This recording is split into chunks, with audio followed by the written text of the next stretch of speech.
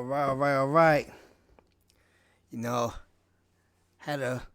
been a homer for a little bit. Show some Giants some love. They got their own little spot, man. I'm so excited for my New York Giants, man. I had to get them out. I had to get them their own little spot. But this is episode 22, part 2. There was more games in the NFL other than my Giants getting that quote unquote upset win. Upset on paper, I guess. But, feel good, man. It's our first win since the last Super Bowl win against Tom Brady and the Patriots. Last win since then. We have not taken victory in the playoffs since we won the Super Bowl. So this was a big deal if you're a New Yorker or a fan of New York basketball. But we're gonna talk about another New York team that was in the playoffs today. Those Bills, man. Damn.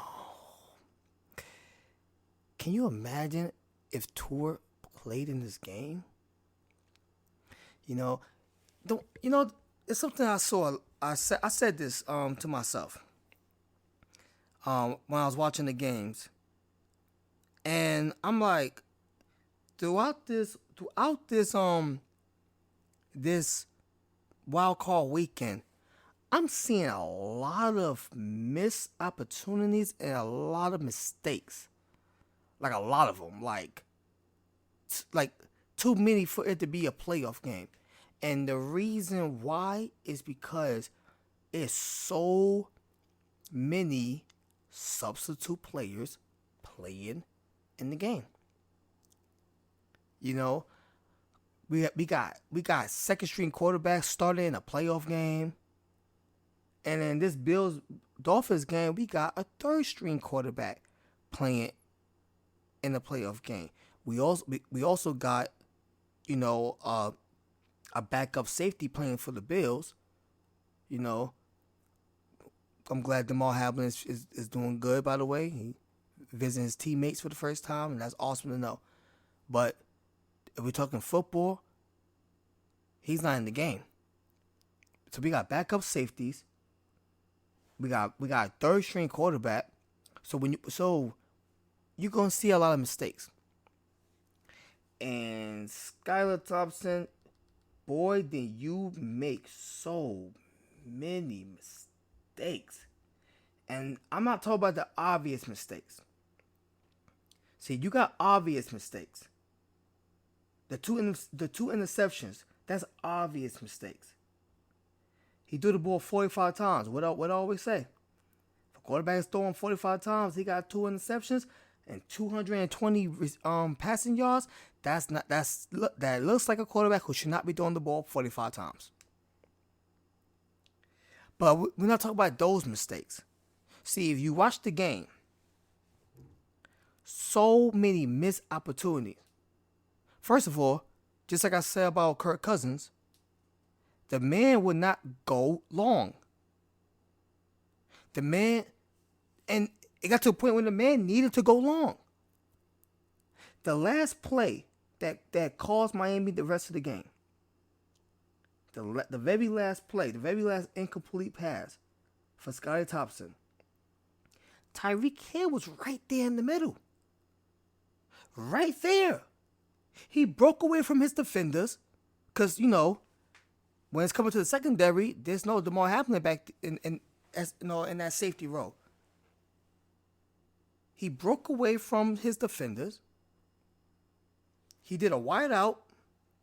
A wide out. He's well past the first line mark, or at least damn near close to being past the first line mark. But I think he was well past the first line, first down mark. First down mark. Only thing you gotta do is recognize it and throw that ball right in his numbers. You panic.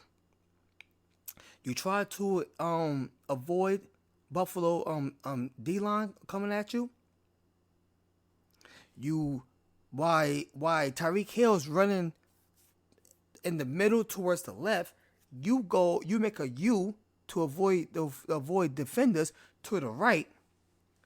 that leaves you with a receiver that's well before the first down mark. Not enough yardage. Not enough. Not enough for you to get the first down, for you to give your team a chance to actually get back in this game, kick a field goal, and have the first overtime with the first overtime rules. And I'm dying to see the first overtime rules and how this is. Like, I'm dying to see it. I don't get to see it yet. But it's like, so you didn't see Tyreek Hill? You didn't see him? Like, he's just not there? Like, he don't exist? And that wasn't the first miscue or missed opportunity. It was plenty of them. Plenty of them. And it's well documented. These mistakes are well documented. You know why it's well documented? Because you're in the wild card playoff game. And you show the world on the highest stage why you are a third string quarterback. You show the world why. Big time. Big time show the world why. You miss so many opportunities. You miss so many like so many broken plays. Like all that scrambling to avoid the defenders was not working out. You know what I mean? Avoid a little bit, but find your receiver. And if they're not open, then they're not open. But it wasn't all the time they wasn't open. You know, like target your guys. At one point in the third quarter, I saw that Jalen Waddle only got like 5 yards, 5 receiving yards, at one point in the third quarter. Overall, in the whole game, he was only targeted 7 times. Like, why? Why? You know, I don't understand.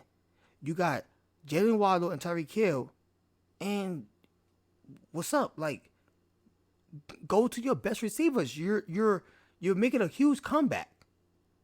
A huge comeback. Y'all was down.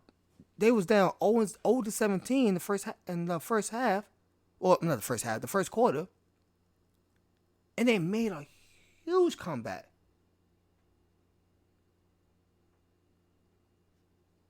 You know, and after that, I don't know what happened. Buffalo was almost giving the game away. Now, usually, I'm looking at Josh Allen. Usually, like I said, when somebody throw the ball 40 times and they get 2 interceptions, they shouldn't be throwing the ball 40 times. I'm not gonna say about Josh Allen. Josh Allen just had a bad game. Josh Allen made a lot of mistakes too. The Bills itself made a lot of mistakes. The Bills' defense made a lot of mistakes. Their defense made a lot of mistakes, but they came up too when it was time to come up. You know, they came up when it was time to come up. You know what I mean? Like, they put a lot of pressure on that Thompson boy. The defense only got 4 sacks in the game, but it could have been a hell of a lot more if the boy wasn't scrambling so much, throwing the ball to nothing. So it could have been a hell of a lot more. But Josh Allen, the turnovers was just bad, man. It was just bad. Like, he fumbled the ball. He fumbled the balls a lot. He only lost it once. They got the ball back the other 2 times, but he got a fumble loss. He got 2 interceptions. So that's 3 turnovers, man. The main player again that made turnovers, you shouldn't win the game. And it makes me think, what happens if you had Tor? If Tor was playing and you gave him 3 opportunities to put points on your behinds, what would have happened? I can't help but to think like that. But Josh Allen made some big plays too. 350 passing yards. He made some big plays too. He had 3 passing touchdowns, and one of them went to, well, you know, Cole Beasley.